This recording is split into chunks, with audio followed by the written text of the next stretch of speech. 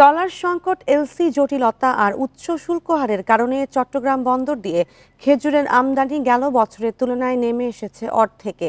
এতে আগামী রমজানে ঘাটতি হতে পারে বলছেন আমদানিকারকেরা। তবে এখনো পর্যন্ত সময় থাকায় শঙ্কা দেখছেন না কর্তৃপক্ষ।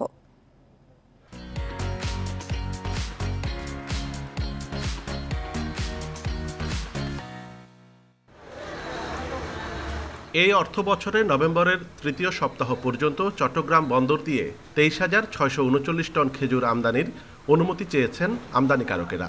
এই তথ্য বন্দরের উদ্ভিদ সঙ্গ নিরোধ কেন্দ্রের। এরই মধ্যে আমদানি হয়েছে 2,837 টন।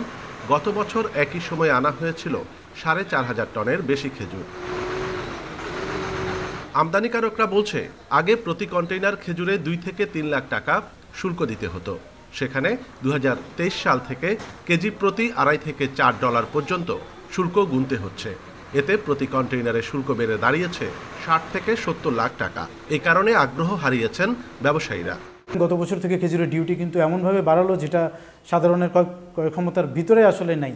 তো রমজানে যেহেতু মেন আইটেম খেজুর এবং এখন যেহেতু অন্তর্বর্তীকালীন সরকার আছে, তারাও হয়তো জনগণের ব্যাপারটা চিন্তা করবে। আমদানি করে নিয়ে আসলাম, আপনি আমার 150 টাকা কস্টিং হয়েছে, আপনি বলবেন যে সেটা 100 টাকা বিক্রি করেন, তাহলে ব্যবসায়ীরা কিছুতেই আমদানি করবে না, তাহলে সেটা এক ধরনের এফেক্ট করবে। এরই মধ্যে যতটা অনুমতি নেওয়া হয়েছে সেই পরিমাণ আমদানি হলে খেজুরের ঘাটতি থাকবে না বলছে উদ্ভিদ সঙ্গ নিরোধ কেন্দ্র। আমদানি অনুমতিপত্র যথাসাধ্য আমদানি অনুমতিপত্র দেওয়া আছে এবং সেই অনুসারে আমদানিকারকগণ আমদানি করতেছে। আমদানিকারকরা আশা করি সমস্ত খেজুর যদি আমদানি করে, তো আশা করি যে খেজুর পর্যাপ্ত পরিমাণে পাওয়া যাবে বাজারে। দেশে বছরে খেজুরের চাহিদা প্রায় 50,000 টন। এর মধ্যে সবচেয়ে বেশি চাহিদা থাকে রমজান মাসে। অনুপম শীল, ইন্ডিপেন্ডেন্ট নিউজ, চট্টগ্রাম।